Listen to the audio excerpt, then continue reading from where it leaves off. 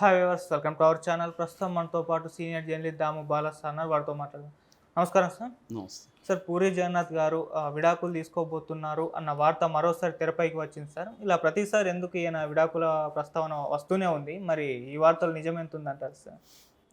ఇప్పుడు కొత్తగా అంటే అది ఒక్కోసారి పూరీనే పుట్టించుతా ఉన్నాడు అని కూడా అంటారు. ఎందుకంటే తన సినిమా పబ్లిసిటీ కావాలనుకున్నప్పుడంతా కూడా ఈ ఇష్యూ బయటకు వస్తుంది. ఇప్పుడు మరి పూరి పుట్టించాడా లేకపోతే జనరల్గానే వచ్చిందా మళ్ళీ ఒకసారి వైరల్ అయింది.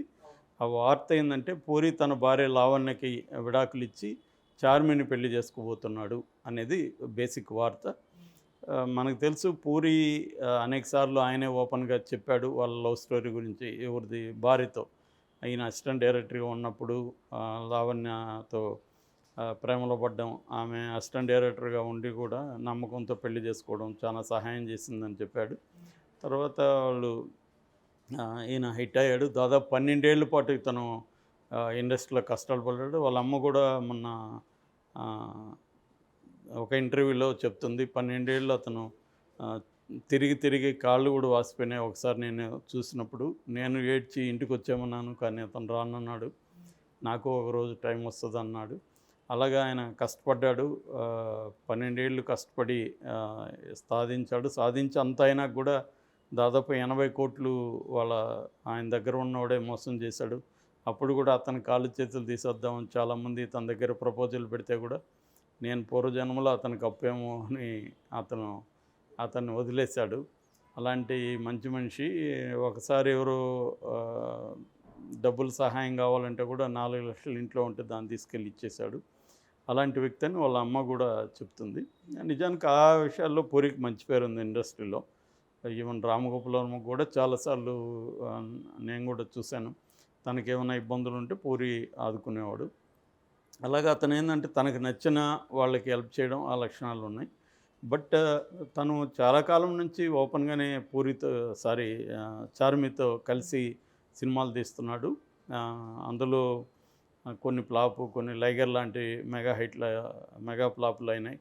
దాని తర్వాత ఇప్పుడు మళ్ళీ సినిమా ప్లాన్ చేస్తున్నారు, షూటింగ్ జరుగుతున్నట్టుంది.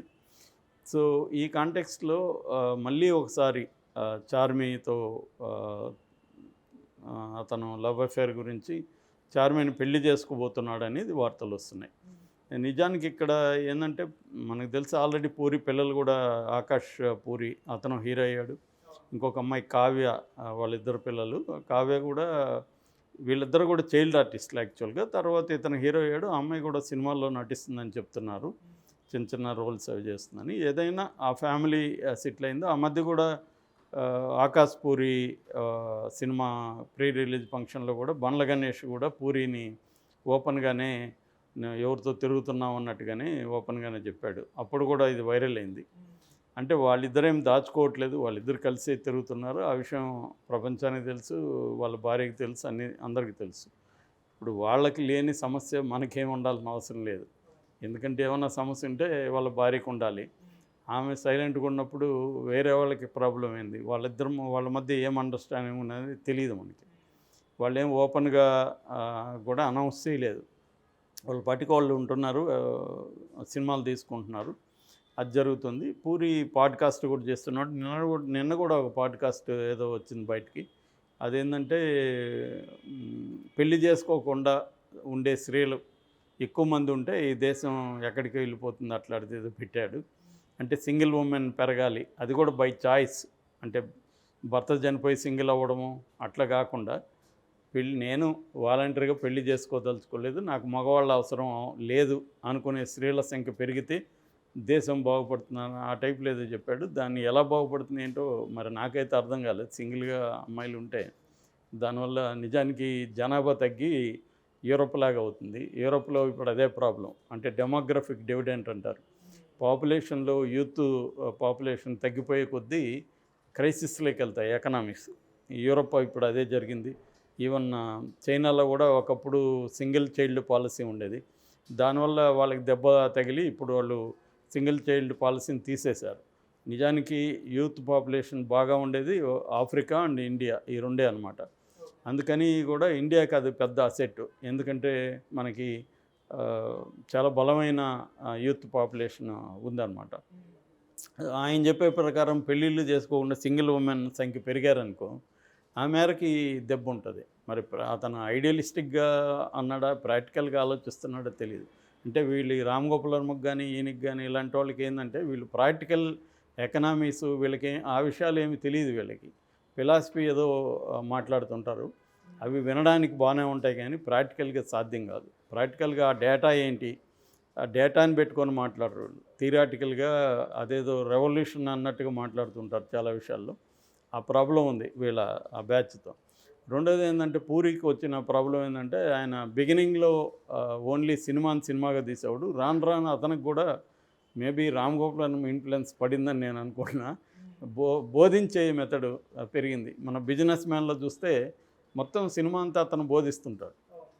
అతను ఆ సినిమాలో ఆ హీరో పీకిందేం లేదు. ఒక పనికిమాలినోడిని కొట్టడమే అతను చేసే పని. అందరికంటే వీక్ విలన్ అతను. అట్లాంటి వీక్ విలన్ కొట్టడానికి ఇంత ఫిలాసఫీ మాట్లాడాల్సిన అవసరం లేదు. కానీ అతను వాగుతూనే ఉంటాడు సినిమా అంతా. సో ఇది వీళ్ళకి ఎక్కువ అవుతుంది.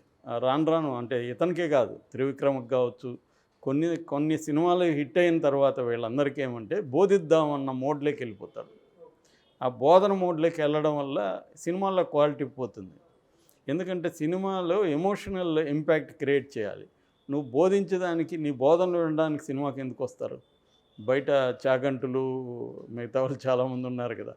సో అదేదో పాడ్కాస్ట్ చేసుకొని బోధించవచ్చు కదా. కాబట్టి ఏంటంటే సినిమా తీసేటప్పుడు ఏంటంటే దాంట్లో ఎమోషన్స్ ఉండాలి, డ్రామా ఉండాలి,